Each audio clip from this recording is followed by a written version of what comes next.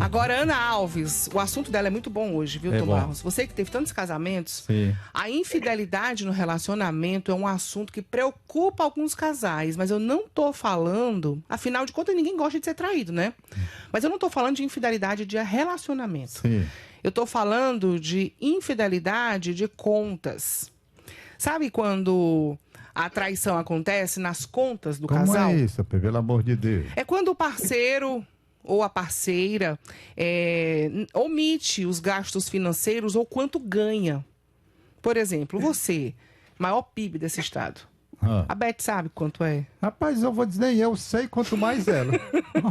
O fato, muito Tom boa. Barros, é que para falar desse assunto, nada melhor do que a nossa colunista Ana Alves, professora, economista, né? Então, Ana Alves, ela vai explicar pra gente. Falar, papa vinhetinha da Ana. Negócios com Ana Alves. Bom dia, Ana Alves. Ela vai explicar pra gente o que é isso que você perguntou. O que é infidelidade financeira? É comum esse tipo de infidelidade, Ana? Como é isso que acontece, hein, Ana? Bom dia, Tom Barros. Bom dia, Daniela. Primeiro, uma dica, Daniela. Você tem que quebrar os cartões antes, não é depois que termina de pagar, É não. mesmo. Viu? É mesmo, né, Ana? É verdade. Porque aí Tem eu não razão. tenho mais nem como usar. Só vou pagar. É verdade. Então tá, pegar uma tesourinha aqui e vou quebrar já já. Outra coisa, eu estava acompanhando desde cedo aí o programa e vi que vocês estavam num clima de romance. Chega eu aqui para acabar com o romance, falar de traição. Mas a vida é assim, né? A vida é assim. Isso mesmo. A gente, Tom, vai falar hoje de traição, mas é traição financeira. Ah. Vocês já ouviram falar em infidelidade financeira? Não, já você- ouviu, Tom? não ouvi falar. É a primeira vez que eu estou ouvindo falar nisso. Como é que acontece? Pois é, por conta disso que eu resolvi aprofundar um pouquinho mais esse assunto. A infidelidade financeira, na verdade, assim, a gente quando se apaixona, casa e começa a morar junto, a gente compartilha, né, não só o local, o espaço, o amor, mas também a vida financeira. E muitas vezes a gente não se atenta a isso, como se dá essa relação. E aí a gente vai levando da forma que dá.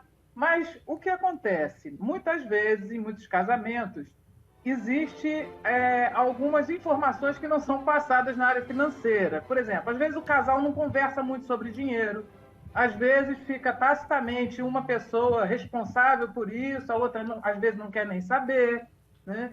E aí, muitas vezes, das pessoas do casal acaba escondendo tanto bens que ela comprou, quanto dívidas que ela entrou, né? Então, às vezes, existem empréstimos, cartões de crédito gasto acima do possível e o parceiro, no casal, acaba se surpreendendo no futuro com uma situação de dívida. E a gente quis aprofundar porque, gente, existe uma pesquisa que fala que 10% dos brasileiros apenas compartilham as suas decisões financeiras com o cônjuge ou com o parceiro. E desses, 36% escondem alguma informação financeira do parceiro. Ah, então você está me falando que agora, na verdade, eu tenho que contar tudo que eu faço? Quando a gente começa a ter uma relação em conjunto, provavelmente a gente tem um planejamento de vida em conjunto, né? E isso envolve, sim, o dinheiro. Mais uma vez, por a gente não ter educação financeira, a gente não tem o hábito de falar sobre dinheiro em família. E isso vai acabar acarretando no futuro algumas dificuldades. E para agravar a situação, isso pode ser considerado crime. Eita! Ou seja, o Crime? fato de esconder, né? Então, o que acontece normalmente? A pessoa começa a esconder alguns gastos, começa a sumir as faturas dentro de casa, começa a ter um comportamento diferente.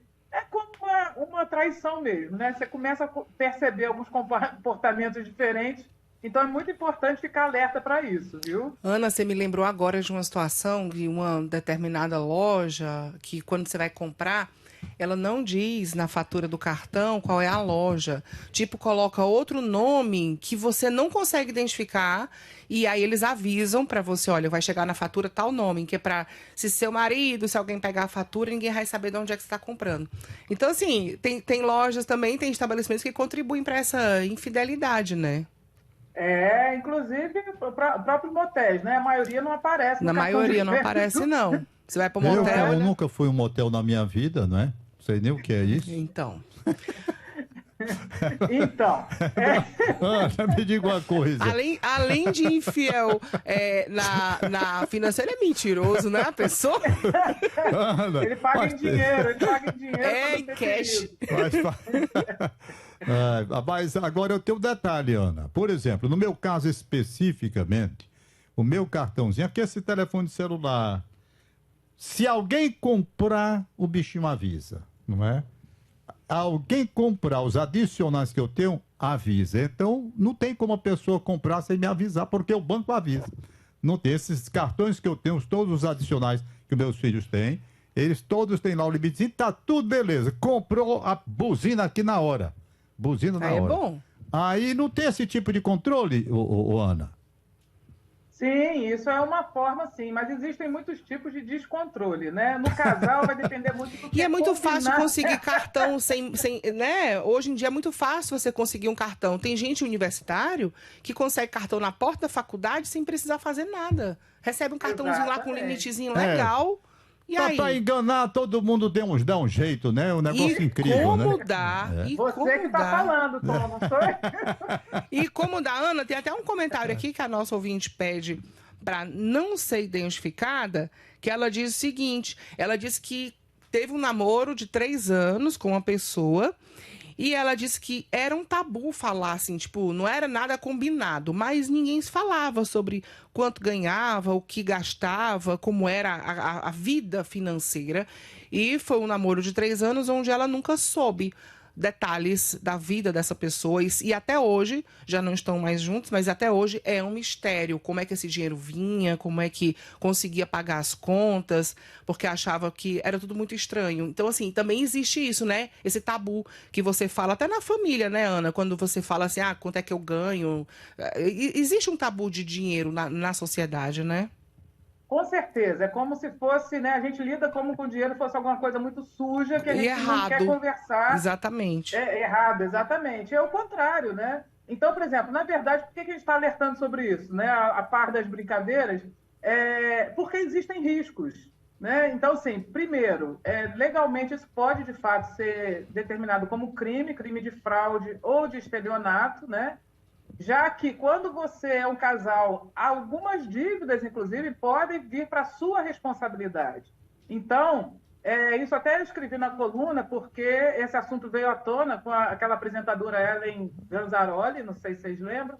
Ela teve agora desabafou falando que teve um namorado que teve uma infidelidade financeira em torno de 2,5 milhões de reais. Então, isso ela gravou, falou sobre isso. Então, aí por isso que nós fomos, inclusive, aprofundar um pouco mais o tema, que é muito sério. Então, se você não conhece a pessoa, inclusive as suas origens financeiras, concorda que é um risco? É. Você pode estar envolvido em alguma situação que você nem mesmo sabe. Verdade. Então, quando você está disposto a partilhar uma vida, você tem que partilhar a parte financeira também. É verdade. Então tudo eu tenho que fazer junto? Não. Mas, por exemplo, você tem alguns planos em conjunto. Então, a sugestão tem uma conta conjunta para os seus gastos que são comuns e que vocês combinam, e algumas coisas que sejam pessoais. O problema é que, muitas vezes, esses gastos, por exemplo, existem famílias que, com o divórcio, começam a descobrir situações, né? Tipo, que existiam outros bens que a pessoa não sabia, que existiam não só dívidas, mas também bens, né? Os próprios ativos também são importantes de ser compartilhados. Então, acho que a sinceridade é completa, mas como toda, até coloco isso na coluna, como toda infidelidade, o infiel sempre vai negar, né? Pra variar, né? Fica a dica. Pra variar, é mais fácil dizer Essa que foi não. boa. Pra encerrar, tá bom demais. Sempre vai negar, né, não, Ana? Hein? Sou inocente. Gostou, né, Tom? Você gostou. Sou inocente, isso é conversa do povo. E não essa existe coluna, esse assunto já tá no diário, Ana? Tá sim, saiu na minha coluna ontem. Entender um pouquinho o que é infidelidade financeira, como perceber, né? E o que fazer para poder tentar evitar. Mas o certo. principal é o diálogo e a sinceridade, né? Muito obrigado, Ana. Um abraço para Se você. você quiser reler a conversa que a gente teve agora, tá lá no Diário do Nordeste, você vai lá em Colunistas, Ana Alves, e aí tem aqui o título: Ellen Ganzaroli diz ser vítima de infidelidade financeira. Então, é crime, e como evitar esse crime? Ana Alves trouxe as dicas pra gente, né? Ana Alves, muito obrigado e bom dia. Obrigada, Ana. Agora Eu ali. agradeço, ótima semana para vocês, viu? Pra nós. Obrigado, valeu. Até terça eu sem cartões, viu, Ana? Tá certo. Por favor. Agora vamos.